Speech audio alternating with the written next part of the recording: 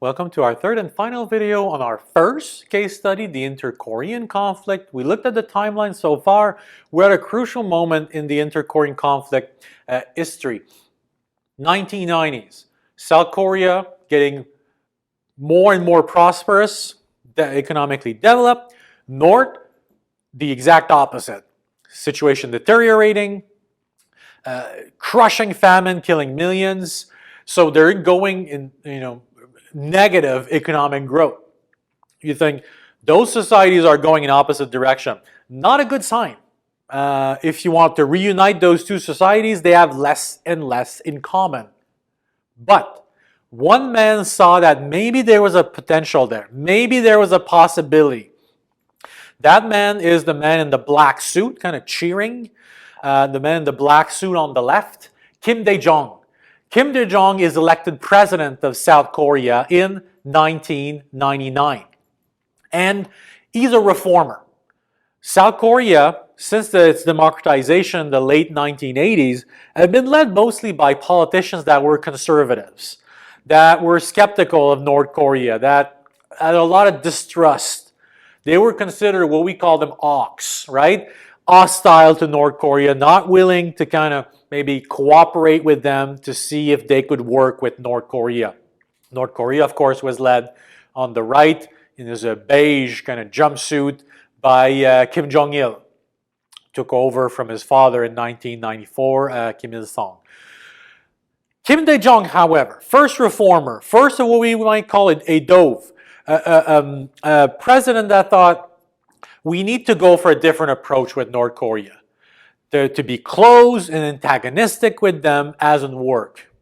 To not engage with them diplomatically hasn't worked either. So let's try another path. And that's what he called, that's what became to be known as Kim Dae-jung's sunshine policy.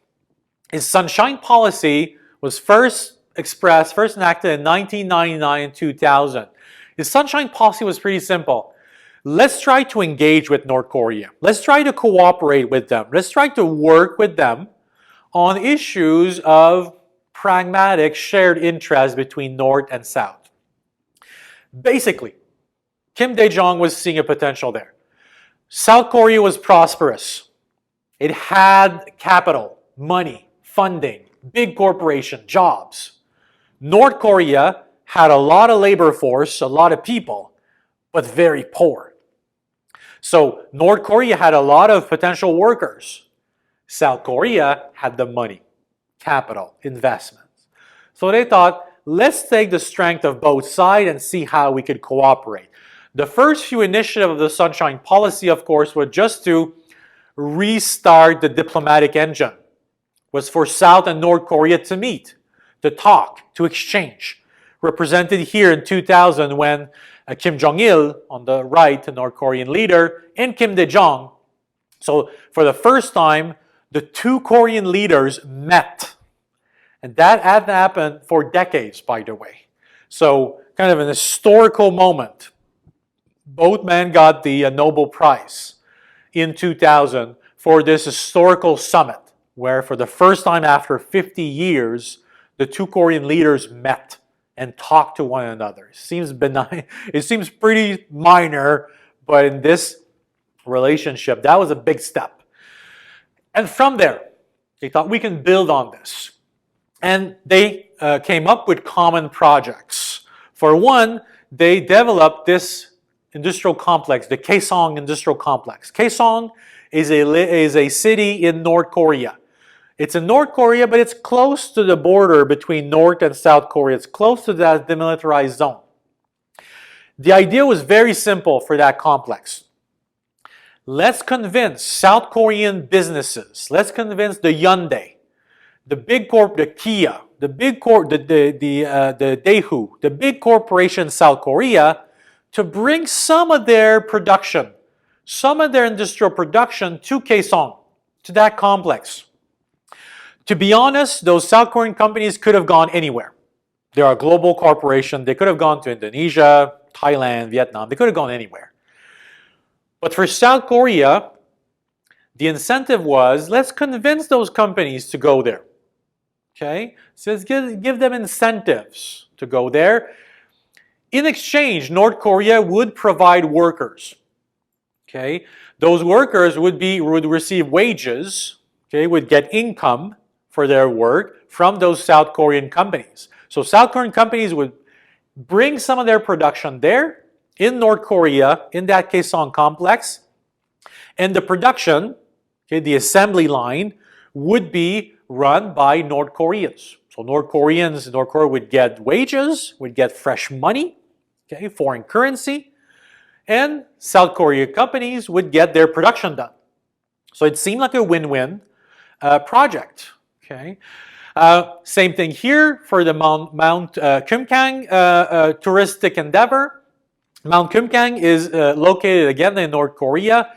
It is also a mythical place for all Koreans. It's where in Korean history a lot of important political development in the 15th, 16th, 17th century happened. So it is kind of a symbolic, mythical place for a lot of Koreans that love to hike, love to go in nature and see those beautiful landscapes. So the project again was very simple. Let's convince South Korean companies to build touristic resorts around Mount Kumgang.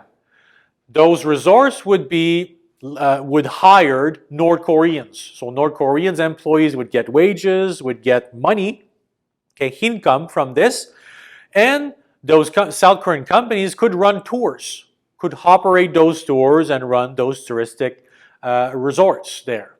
Okay, all of this was facilitated because I said, South Korean companies could have gone anywhere. They were influential champions that were behind these initiatives, that thought the Korean people must reunite. The Sunshine Policy must be supported. One of those influential people is this man. You probably have no idea who he is. Maybe you drive, however, a car of the company he founded. Chung Ju-young is the founder of Hyundai. So, of course, Chung Ju-young is what we call a chaebol in South Korea. Chaebols are wealthy business people, wealthy businessmen. We're talking, when we say wealthy, we're talking billionaires. So we're talking South Korean billionaires, and Chung Ju-young is one of them. He was born, interesting fact, he was born in North Korea in the 30s, sorry. So he has this cause at heart.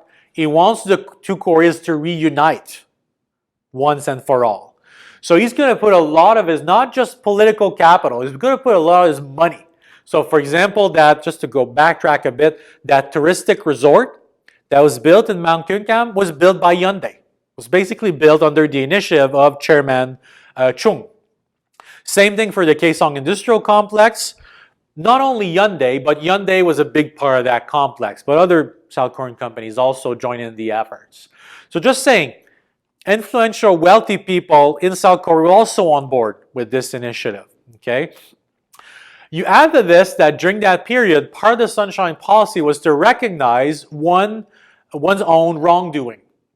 And they enacted in South Korea 2 Truth and Reconciliation Commissions from 2000 to 2004 and from 2005 to 10. The objective in South Korea was to hold those inquiry commission to have more information about wrongdoings, information about exactions, things that maybe the South Korean government didn't do correctly, massacres that they took part in. So from the South Korean perspective, it's 2 instances where they recognized their wrongdoings. They were kind of open about saying, it's not just the other side that went wrong. It's not just the other side that attacked us or, committed massacres. We also did a lot of bad stuff on our own. This, however, was only held in South Korea. North Korea was never open and never willing to do such exercise. And it's not because they didn't commit any massacres or wrongdoings. They did, but they were never. So it was a one-sided initiative, which, to the minds of many critics of the Sunshine Policy characterized the Sunshine Policy, unfortunately. South Korea being really open and kind of making the first step and trying to be cooperative, and North Korea not reciprocating. With the Sunshine Policy, it also brought North Korea back to the bargaining table, to the negotiating table. Because you remember that deal on the nuclear weapons program between North Korea and the US? Well, we kind of learned in the early 2000s that North Korea was not holding to its part of the bargain. They were developing their nuclear weapons program. So that wasn't suspended. They were accepting the US food without keeping their side of the bargain. So the Sunshine Policy also made a return to the bargaining table easier or more conducive. So from 2003 to 2009, we saw a 6-country negotiation process underway by which all states try to see how North Korea can suspend their nuclear program. The objective of the negotiation was to bring North Korea to stop their nuclear weapons program altogether. And during that period, North Korean diplomats were extremely skillful into showing to other countries, especially South Korea and the US, that they would do improvement and that they would cooperate without never entirely cooperating. So they became masters at promising things and backtracking. So that's why the negotiation lasted for 6 years without any concrete improvement whatsoever. Okay? In fact, in 2006 and 2009, North Korea went public with ballistic tests. Basically, they made public nuclear weapon testing. Okay, so showing to the entire world that the process was absolutely not working. They were not negotiating in good faith. They never wanted to renounce their nuclear weapons program, even though they kind of said publicly and paid lip service to the fact that they would. And to be honest, that irritated to the greatest extent the South Korean people and government. In the South Korean society, they thought the Sunshine Policy is a failure. We try to share some of the economic development with North Korea. We try with that Kaesong complex, the Mount Kunkam resort. We had those Truth and Reconciliation Company. We're in good faith. And see how North Korea reacts. We ask them to renounce their nuclear weapons and they go forward into developing them. South Koreans will be extremely irritated by this, thinking the Sunshine Policy, that policy of accommodation, was a complete waste. North Korea is unwilling to cooperate with us. Okay, they're taking us for a ride, basically. And the Sunshine Policy, in fact, will stop in 2009 and 10, when the South Korean government will think this no longer is worth what we're putting into it. And North Korea will react extremely aggressively to this. They will launch direct attacks. They will sink a South Korean submarine, killing 46 South Korean sailors in the process, the Chonan, which is still remembered in South Korea. They will also, on this map, shell. So they will, North Korean military will use its artillery to shell the Yeonpyeong Island, the tiny island you see on the map there. Because they deem it's theirs, even though it's South Koreans' government. It's in South Korean territory. After the second shelling, however, the second military incident, South Korea will escalate and say to the North, if you do that again, okay, this will be the final drop. Okay, we're willing to take the first hit and the shelling of that island. But if you do another military action, it means war. And North Korea will backtrack. Kind of proving the bully theory, right? Kind of proving that North Korea acts as a bully unless and up to the point that they are confronted. That South Korea or another bully is kind of saying to them, stop behaving this way or else. And when when North Korea is confronted with the or else, they usually back off. Okay, they lay down a bit of pressure. Okay, and they did. After those two attacks, they kind of, they stopped with the military hostility and attacks. However, on both sides, hardliners were present. In South Korea, conservative presidents kind of succeeded one to the other. So you have hardliners, hawks in South Korea saying, see, the sunshine policy failed. We cannot accommodate the North. They are not reasonable. We give them goodies. They don't reward us with anything. And in the North Korean leadership that is always kind of a hardliner, always saying we're going to reduce Seoul to ashes and we're going to bomb South Korea and we're going to set it on fire. Basically, exact words usually they use. And in fact, those hardliners replying to one another will escalate to the point that in the fall of 2017, you add to those hardliners the election of Donald Trump as U.S. president. And that's the ultimate escalation. You have two hardliners, South Korean president and North Korean leadership, and you add another hardliner. After U.S. President Donald Trump is elected, he's using a lot of that kind of hardliner rhetoric against North Korea, telling them, drop your nuclear weapons program. If you don't, you will see consequences. And this will escalate in the fall of 2017, in September, October, to the point that the U.S. administration will tell the South Korean and Japanese governments that after November 15, 2017, if North Korea doesn't cooperate more, anything goes. All options are on the table, including a U.S. military intervention attack on North Korea. And that's why South Korean and Japanese government will make preparation in November 2017, thinking it was a new U.S. president they were confronted to. They didn't know if Trump would, follow through with his threats. So they thought, let's prepare. Okay, so that's when all soldiers didn't have days off anymore. They reinforced the door on the Seoul subway. They were kind of taking precautionary measures, thinking, hey, maybe this will escalate into full-blown war. It didn't. And again, the bully theory is proven in the case of North Korea. North Korea was confronted with a bigger bully, President Trump on this case. North Korea backtracked. They were on a collision course, basically saying that they would not back down and that they would confront anybody telling them what to do would be confronted militarily. President Trump, however, the U.S. administration backed down a bit as well. They didn't go for military attack. They imposed, however, crushing sanctions. Very limited, the harshest economic sanctions ever put on North Korea were implemented at the United Nations.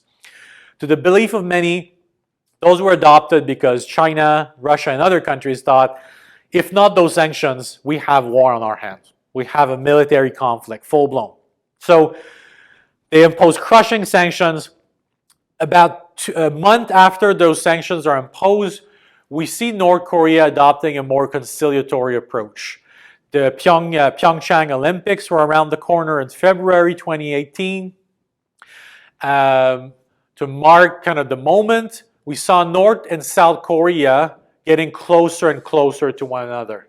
Okay, cooperating and getting to agreements and kind of closer cooperation.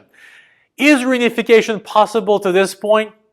The process of cooperation between South and North Korea is an extremely unstable one. It goes from animosity and tension to cooperation. Animosity and cooperation, setback and improvement.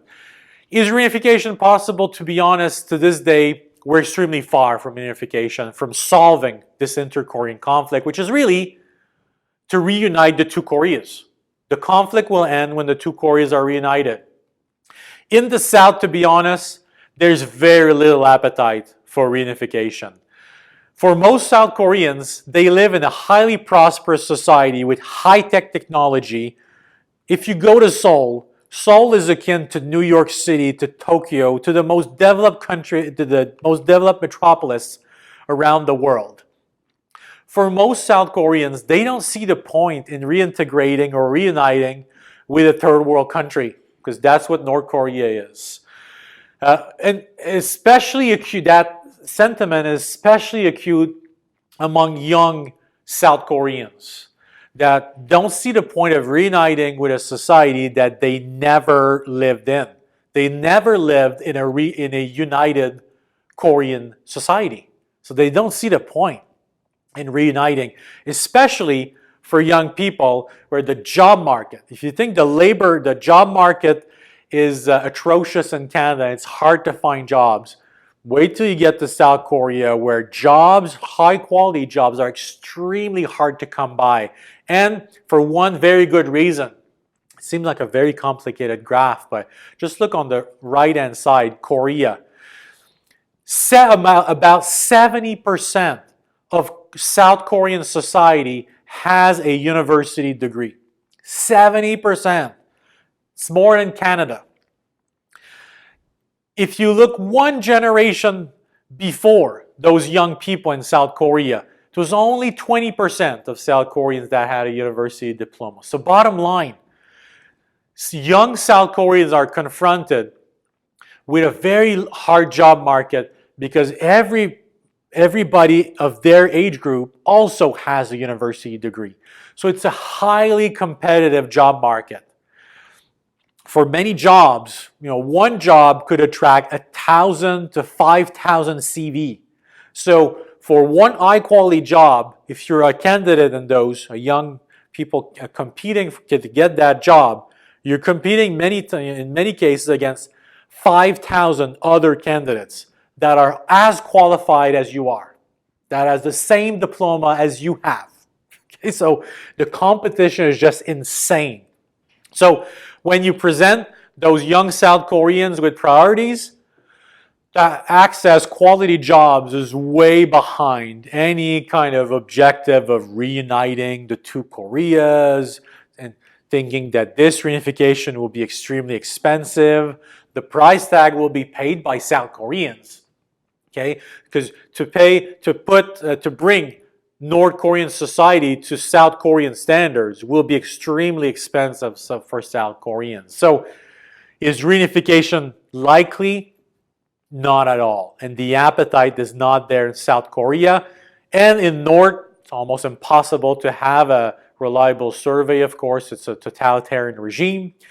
North Korean government is extremely jealous of their prerogative, and they are less likely to lose or let go some of their power, thinking that South Korea is also a democracy, which is far from being the case in North Korea.